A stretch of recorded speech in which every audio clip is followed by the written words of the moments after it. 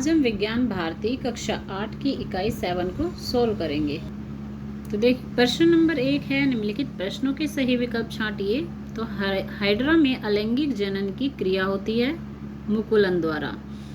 इसमें हाइड्रा से छोटे छोटे मुकुल निकलते हैं और आगे चलकर उससे नया हाइड्रा उत्पन्न होता है। इस क्रिया को मुकुलन कहते हैं। नेक्स्ट, अपनी प्रजाति का अस्तित्व बनाए रखने के लिए जीव जंतुओं में होता है प्रजनन। नेक्स्ट, शुक्राणु तथा अंडाणु का संलयन होता है अंडवाहिनी में।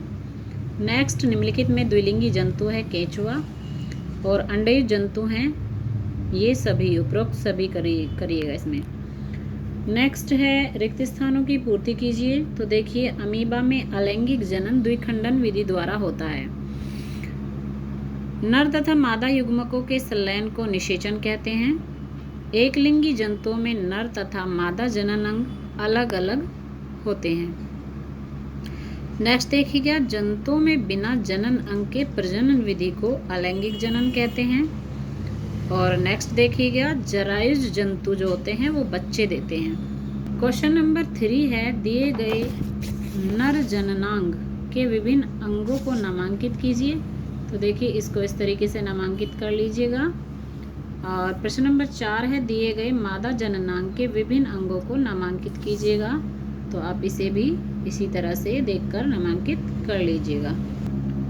प्रश्न नंबर 5 है, नीचे लिखे गए जंतुओं को अलैंगिक तथा लैंगिक जनन के आधार पर विभाजित कीजिए।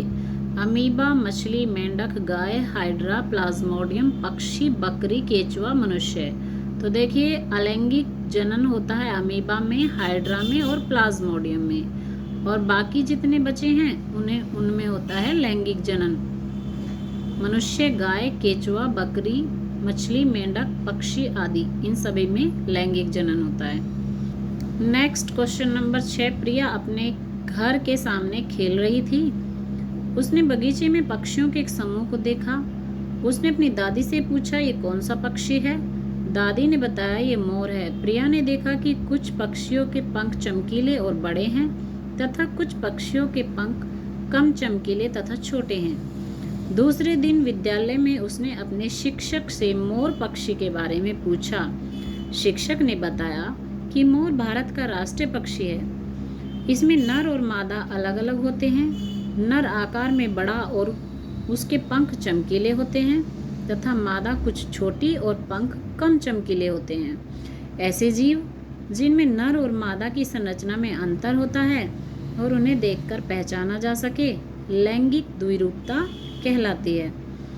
ऐसे जंतु जिनमें नर और मादा अलग अलग होते हैं उन्हें एक लिंगी जंतु कहते हैं, जैसे कुत्ता, बिल्ली, गाय, बकरी, मोर, मनुष्य आदि।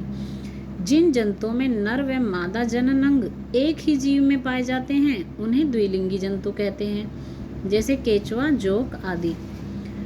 अब देखिए इसी के नीचे क्वेश्चन का है, अपने आसपास पाए जाने वाले 2 ऐसे पक्षियों या मनुष्यों का जंतुओं का नाम लिखिए जिनमें लैंगिक द्विरूपता पाई जाती है। तो देखिए इसमें से कोई भी आप 2 लिख लीजिएगा। नंबर 1 बकरी, कुत्ता, गाय, बिल्ली, मोर आदि, इनमें से कोई भी आप 2 लिख लीजिएगा। नेक्स्ट प्रश्न है, निम्नलिखित कथनों को ध्यान पूर्वक पढ़कर सही विकल्प का चुनाव कीजिए। तो कथन 1 है, मोर राष्ट्रीय पक्षी है, और कथन 2 है, मोर पक्षी में नर एवं मादा जनन अंग दोनों एक ही जंतुओं में होते हैं। तो ऑप्शन सेकंड तो गलत है। अब कथन देखिए, आ में देखिए कथन 1 सही व कथन 2 गलत। पहला ही ऑप्शन सही है। नेक्स्ट प्रश्न है, 7 सही कथन के सामने सही तथा गलत के सामने गलत का निशान लगाइए। तो देखिए चमगादड़ एक अंडयुज जंतु है, तो ये बात गलत है। चमगादड़ जरायुज जंतु है, वो बच्चे देता है। खा, अंडाणु का निर्माण वृषण में होता है, ये भी गलत है।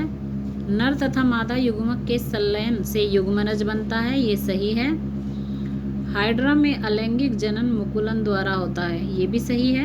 अमीबा एक कोशिकीय जंतु है, ये भी सही है। नेक्स्ट, रिक्त स्थानों की पूर्ति कीजिए।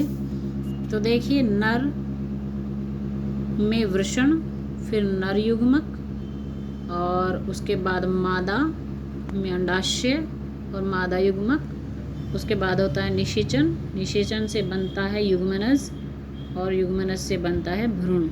इसी के साथ ही ये चैप्टर यहीं समाप्त होता है।